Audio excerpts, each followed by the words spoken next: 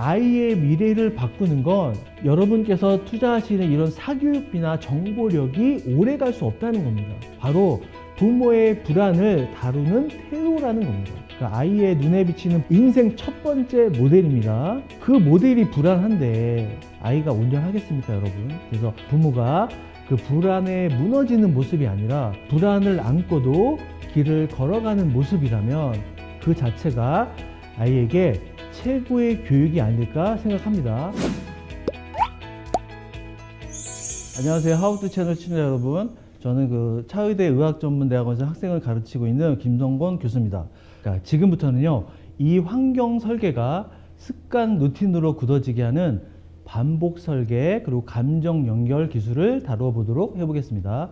자, 이렇게 환경만 잘 만들어도요, 아이가 달라지는데요. 그런데 문제는요, 환경은 설계보다 여러분 유지가 어렵다는 겁니다. 그래서 환경을 습관 루틴으로 굳혀야 하는 게 중요한데요. 뇌가 자동으로 반응하게 만드는 거, 이게 부모가 할 수 있는 최고의 투자라는 겁니다. 그래서 뇌과학에서 습관은 반복된 행동으로 만들어진다고 합니다. 하지만 실제로도요, 행동보다 그 행동에 연결된 감정이 더 오래 기억된다는 거죠. 같은 수학 문제를 풀어도요, 부모가 옆에서 짜증 섞인 목소리로 지켜봤다면 이것은 불안 루틴이 되는 거고요. 반대로요, 작은 진전을 함께 기뻐하고 마무리했습니다. 그럼 이건 아이한테 성취 루틴으로 된다는 겁니다. 그러니까 즉 감정이 습관의 어떤 접착제 같다는 거죠. 그러니까 행동만 반복하면 기술은 늘어나지만 학습 동기로는 절대 자라지 않는다는 겁니다. 그래서 보통의 부모님들이 이런 루틴을 너무 크게 잡는 경향이 있어요.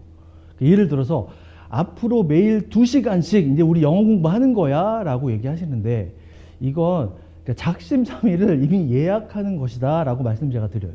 그래서 시작은요, 작은 루틴 전략을 세우시라는 겁니다. 처음에는요, 5분 매일 같은 시간 같은 장소에서 시작하기.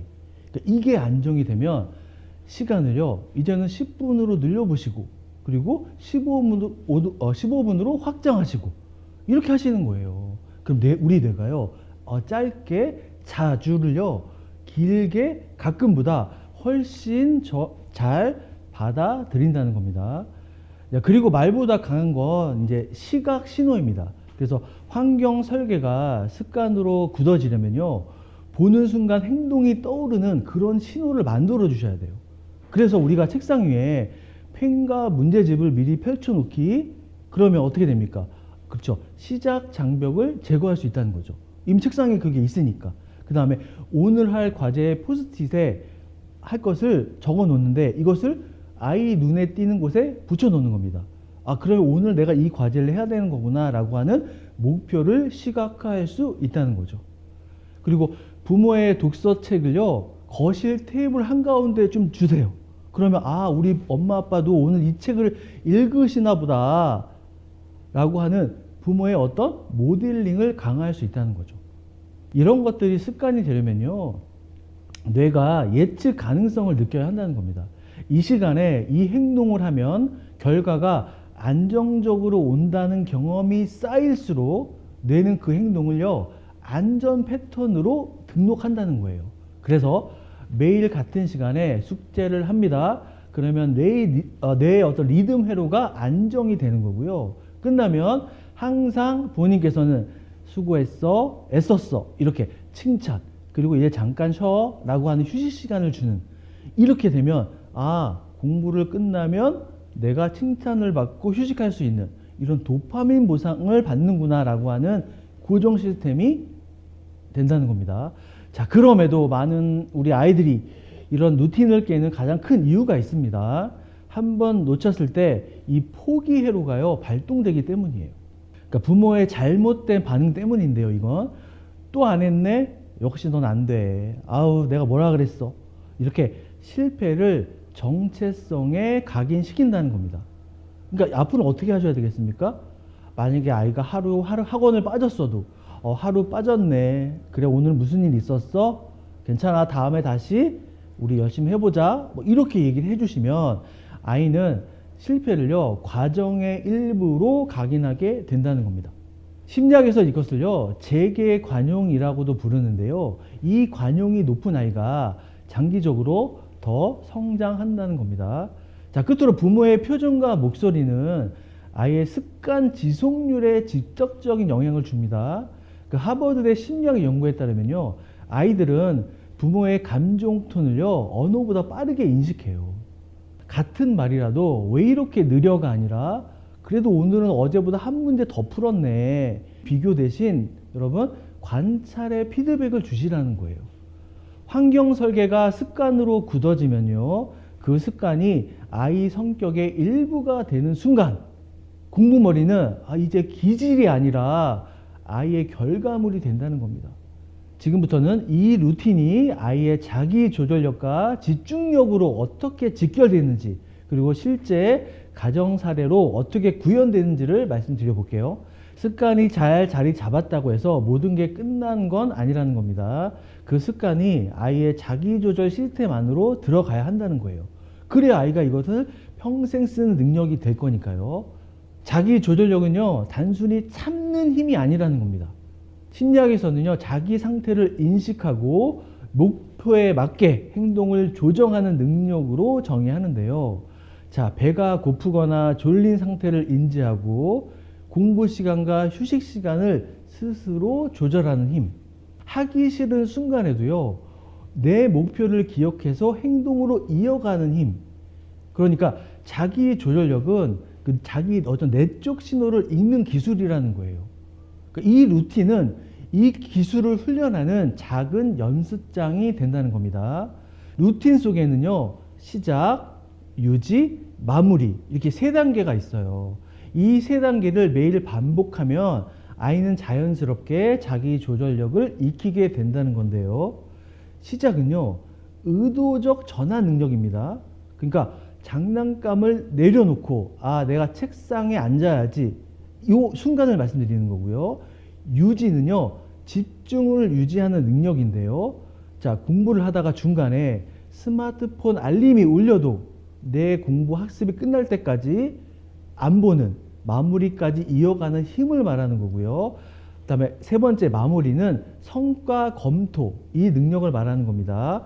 오늘 한 일과 내일 할 일을 간단히 정리해서 이제 뭐 해야 됩니까? 계획을 조정하는 능력을 말하는 거죠. 집중력은 뇌의 전두엽이 에너지를 어떻게 분배하느냐에 따라 달려 있습니다.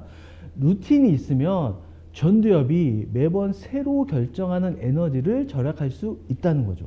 만약에요, 이런 루틴이 없다면 아이들은 이럴 겁니다. 오늘 뭐부터 해야 되지? 이런 결정 피로가 증가하게 되는 거고요.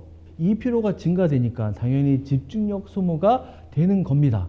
근데 만약에 루틴이 있다면요, 그래, 오늘은 5분 독서하기로 했지, 그리고 오늘은 수학 2페이지 풀기로 했지, 이렇게요, 에너지 절약 그리고요, 집중력 보전이 된다는 거죠. 초등 4학년 아이를 둔 가정의 예입니다. 이 아이는 처음에는요, 15분도 자리에 있지 못했어요. 그래서 부모님께서 10분 루틴을 만들었습니다. 그러니까 매일 저녁 7시에 식탁에서요, 부모와 함께 10분 독서를 시작했어요. 그리고 끝나면 읽는 내용 한 문장으로 마무리하기. 그 다음 2주 뒤에는요, 15분. 그리고 한 달 뒤에는요, 20분으로 확장하는 겁니다. 6개월 후에요, 이 아이가요, 쉬운 공부뿐만 아니라 게임 시간, 그리고 스스로 간식 먹는 시간까지 스스로 조절할 수 있게 됐다는 겁니다. 부모가 그만이라고 말하기 전에 스스로 멈추는 힘이 생겼다는 거예요. 그러니까 이렇게 집중력이란 끊겼을 때 다시 붙잡는 힘이에요. 그러니까 하버드 의대 심리학 연구에 따르면요, 집중력이 뛰어난 사람과 그렇지 않은 사람의 차이는요, 산만해지지 않는 것이 아니에요. 산만해졌을 때 돌아오는 속도를 말합니다. 그러니까 공부 잘하는 아이들은요, 어떤 일을 하고 나서도 자기가 해야 될 분량이 있으면 어떻게 됩니까? 바로 집중력 코드가 발휘된다는 거예요. 그러니까 부모님들께서는요, 아이들한테 이런 걸 키워 주셔야 된다는 거고요. 루틴 안에서 아이가 잠시 딴짓을 해도요, 다시 해야지. 나 이거 해야 돼. 라는 부모의 가볍고 긍정적인 리마인드가 필요하다는 겁니다. 그러니까 이 과정을 반복하면요, 뇌는 집중 복귀 경로를 강화할 수 있다는 겁니다. 그래서 루틴과 자기 조절력의 연결고리를 강화하려면 행동, 결과, 감정의 피드백, 이런 루프를 의도적으로 설계해야 합니다. 행동은요, 독서 10분, 결과는요, 읽는 내용을 어떻게 한 줄로 정리하는 거. 자, 감정 피드백은요, 부모가 이 과정을 끝냈을 때, 그렇죠, 긍정적인 어떤 미소 또는 짧은 칭찬, 또는 초등학교나 뭐 유치원 아이들 같은 경우에는 칭찬 스티커 활용하는 거.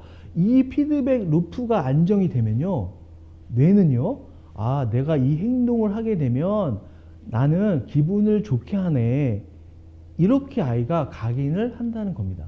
그래서 많은 부모가 공부머리는 IQ나 또는 타고난 재능이라고 생각들 많이 하시죠. 하지만 많은 연구에서요, 이 자기 조절력이 학업 성취도에 더 강력한 예측 변수라는 것을 우리는 알고 있을 겁니다. 이제 자기 조절력이 있는 아이는 일시적인 실패에도요, 금방 회복이 되고요, 그 집중력은 과정에서요, 자연스럽게 따라온다는 겁니다.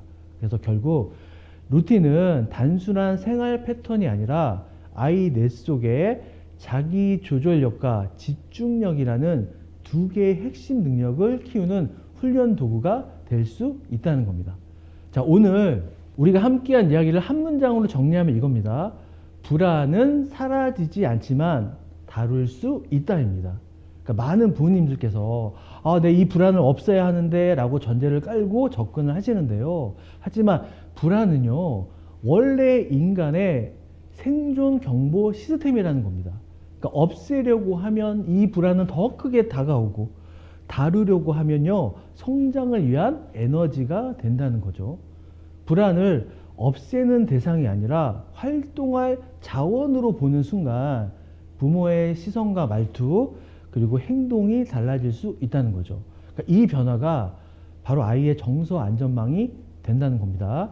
그러면 불안을 다루는 부모의 세 가지 변화를 한번 제가 말씀드려 볼게요. 첫 번째는 성급한 결정을 내리지 않게 돼요. 당장 결정하기보다요, 하루 이틀 숨 고르기를 해도 아무 일이 일어나지 않네? 이렇게 된다는 거예요. 자, 두 번째는요, 기준이 비교해서요, 과정으로 옮겨간다는 겁니다. 남들보다 빠른가 대신 어제보다 우리 아이가 좀 더 나아졌나에 집중한다는 거죠. 세 번째는요, 말의 온도가 부드러워진다는 겁니다. 이 정도는 해야 되는데 대신에요, 네가 여기까지 해낸 게 엄마 너무나 대단하다, 이렇게 얻는 것이 더 많아진다는 겁니다.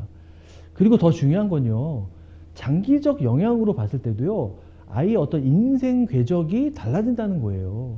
그러니까 부모의 불안을 다루는 방식은 아이의 자기 대화를 통해서도 형성되는데요, 불안을 과도하게 표현하는 부모 밑에서 자란 아이는요, 나는 불안을 줄이려면 나는 남보다 앞서야 돼, 무조건 밟고 일어나야 돼, 이런 생각을 할 수 있지만, 불안을 다루는 기술을 본 아이는요, 나도 부모님처럼 불안해도 내 길을 갈 수 있어, 나는 괜찮은 사람이야, 이런 생각을 할 수 있다는 겁니다. 그래서 전자는요, 평생 비교, 경쟁 중심의 사고에 갇히게 됩니다. 아이가 너무 불안하겠죠. 후자는요, 어려움 속에서도 회복 탄력성과 자기 조절력을 발휘할 수 있다는 겁니다. 우리는 후자의 아이로 키워야 되겠죠. 또 한 가지 불안을 성장 에너지로 바꾸는 마지막 팁을 드린다면요, 기록하기인데요. 불안을 느낄 때요, 이렇게 한번 생각해 보세요. 이 불안의 원인이 뭐지? 내가 왜 이런 생각을 했지? 그리고 나는 어떤 행동을 해야 되지를 적어보시라는 거예요. 그러니까 생각만 했던 불안이요, 실제로 글로 기록을 하면요, 아니 이건 내가 괜한 걱정을 했네, 이런 생각이 드시는 경우도 상당히 많다는 겁니다. 자, 그 다음은요, 미리 연습하기입니다. 그러니까 만약에 이 일이 실제로 일어난다면 이런 시뮬레이션을 먼저 한번 해보세요. 그러면 대책을 마련했기 때문에 조금의 마음의 여유가 생길 수 있다는 겁니다. 그리고 다음은요, 작게 실험하기인데요. 불안을 줄이는 대신 작은 도전으로 불안을 다루는 법을 훈련하라는 겁니다. 그러니까 일상에서 우리 부모님들께서 내가 할 수 있는 어떤 작은 성취감을 주는 일들을요, 자주 한번 해보세요. 그러면 이 내 마음 한켠에 있는 이 불안이요, 갑자기 어느 날요, 조용히 없어진다는 것을 느끼실 수 있다는 겁니다. 그래서 저는 강연을 할 때마다 이렇게 좀 말씀드리는 편이에요. 아이의 미래를 바꾸는 건 여러분께서 투자하시는 이런 사교육비나 정보력이 오래 갈 수 없다는 겁니다. 바로 부모의 불안을 다루는 태도라는 겁니다. 그러니까 아이의 눈에 비치는 부모의 인생 첫 번째 모델입니다. 그 모델이 불안한데 아이가 온전하겠습니까, 여러분? 그래서 부모가 그 불안에 무너지는 모습이 아니라 불안을 안고도 길을 걸어가는 모습이라면 그 자체가 아이에게 최고의 교육이 아닐까 생각합니다. 자, 여러분, 오늘부터 불안을 없애려고 애쓰기보다 불안을 함께 들고 가는 법을 연습해 보세요. 그게 부모로서 그리고 한 사람으로서 성장하는 첫걸음이라고 생각합니다. 자, 지금까지 차이대 의학전문대학원 김성권 교수였습니다. 감사합니다.